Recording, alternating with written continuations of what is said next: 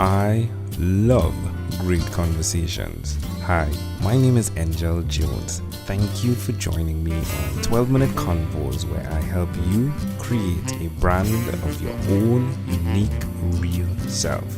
Listen in as I have conversations with amazing people from all over the world. Good day, Mitch Gaynor. How are you going on this wonderful, beautiful day? So far so good, man. It's beautiful as far as December's go. So far so good. That's wonderful. What part of the world are you in right now? I'm in Boston, so I'm from the Boston area originally. Grew up a little outside of Boston. Been in the city now for the past 4 or 5 years. And which of your talents is responsible for us connecting at this time? So I guess I've always pegged myself as kind of a man of many talents. So when I meet new people, I never really know what it is that brought us specifically together. I think me and you have a lot of mutual friends in the entrepreneurship community, a lot in the startup community, a lot in the tech side of things. We're both podcast hosts. So there's a lot of different things that kind of brought us together, I guess. Yeah, most definitely. What's the name of your podcast? So the name of my podcast, shameless plug, is Late to Work with a numeral 2. So late numeral 2 work. We're kind of focused on the intersection of race, relationships, pop culture, and politics, kind of where all those things meet and kind of, how people can be a little bit better about interacting with each other and understanding one another instead of rushing to conclusions and rushing to judgments. I co-host it with a local comedian here, so it's also, a fair amount of funny and nice, enjoyable, ride to work kind of podcast. All right. So who did you learn the skills that are necessary to do the podcast part of what you're doing? So it's funny you say that. I think the podcast is definitely kind of my primary focus right now. And it really stems from just always being a conversationalist. Ever since I can remember, even when I was a little kid, I was always yapping everybody's ear off, and people, kept trying to get me to stop asking questions and stop, provoking new thoughts. And like most young kids, my natural reaction was, why? You know what I mean? And still to this day, nobody's been able to answer that question. So I keep trudging forward. And one of the kind of honing those skills over the years, whether that's through school, whether that's through some workshops I've done, whether that's through hands-on experience like the podcast, becoming a better interviewer, a better conversationalist, and a better empathetic listener, trying to do my best to kind of have conversations that are meaningful to not just me and the person having them, but to everybody else around us. That's wonderful. Definitely there have been those people that are the naysayers. Why will you continue to repeat this skill nevertheless? I think more now than ever, it's important that people are willing to have conversations with people that aren't like them or that maybe don't think like them. I think it's very easy to get siloed off into only interacting with people that you agree with and that, kind of share your worldview or your world experience. I think that's a really dangerous thing in today's times. And so I pride myself on being able to remain calm and restrained even when passionate and even when, demonstratively upset, and being able to have conversations about things that I really don't agree with certain people about, or things that really upset me, or things that have a deep personal connection to me. And even when those things are really trying and really difficult to do, having those conversations, especially in front of an audience, especially out in public, and allowing other people to see that, whatever that particular conversation is can be of use to them, but also that two people can disagree and come from completely different walks of life and still have productive, meaningful conversations that advance a whole culture, a whole society forward. Yeah, most definitely. I'm a believer in that as well, Mitch. Most definitely. Well said. So tell me one other thing that you've done consistently over the last 3 years, please. Consistently, I mean, that's tough for me. It's funny, I was, kind of going through my prep for this, and I saw that. I think the only thing I can say with certainty I've done consistently the past 3 years is change, man. Change has been really the only cause. I've had, 2 different relationships, 4 or 5 cars, 3 different addresses, 4 to 5 different jobs. Change is kind of my constant state of being, and so that's the thing I kind of make sure I'm always doing, regardless what else is for lack of a better phrase changing in the rest of my life. How does that make you feel? Honestly, it gets a little harder to deal with the older and older I get. I think you put a couple of years under your belt, you start getting a little older, start thinking about starting a family and all that sort of thing. Everybody wants some sort of form of stability or consistency, but honestly, in my heart, I believe that's, finding that consistency, that stability is what ruins a lot of people. It kind of prevents them from chasing something else, something new, something exciting, something that may wind up being one of the few things that's actually worth doing for a long time. And I think if what you're doing right this second second isn't something that you jump out of bed in the morning and say, I can't wait to do this. I can't believe I have to go to sleep at the end of the day to be able to, waste 4 hours sleeping before I get to do this again. If that's not how you feel about every single thing in your life, then you should be looking to change everything in your life.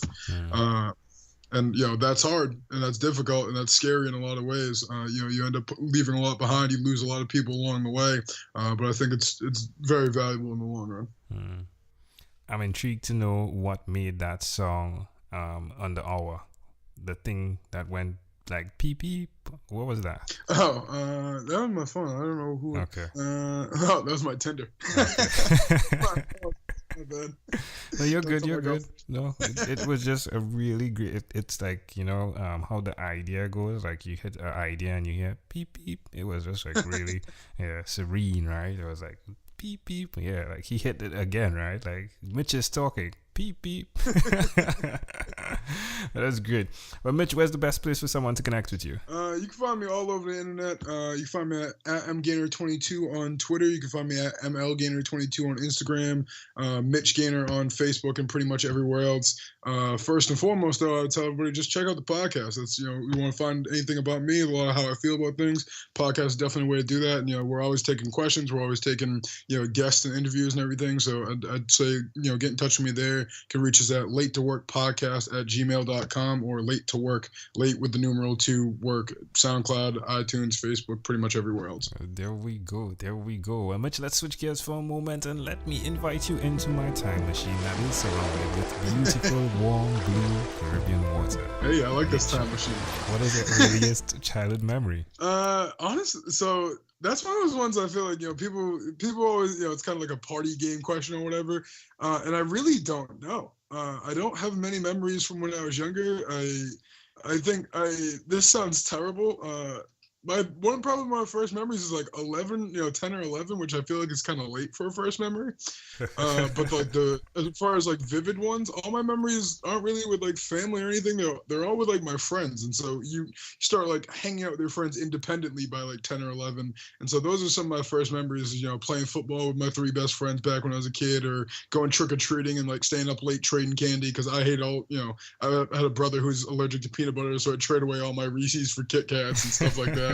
Like those are probably my oldest memories. Well, I mean, just there isn't much there, right? But just to be funny, right? Can I offer an interpretation to the thought picture you created in my mind? Oh, please do. Yeah, with your earliest childhood memory, even that you were late to work. Hey man, it's definitely part of the problem. Always changing and always doing new things. You lose a lot of memory, you're never on time for shit. So it's just part of the brand at this point. If we fast forward to when you were 12, what was your favorite song? So 12 was like 02. Music was so weird in 02. There's so much like good and terrible stuff. I'd probably say like Yeah by Usher. I think that was out in 02. I think I was 12 around then. That was probably my song. We used to host like neighborhood dance parties when I was a kid, me and my 3 best friends, and every single one of those dance parties from age 12 through about 14, it was definitely the song of the evening. So I would that.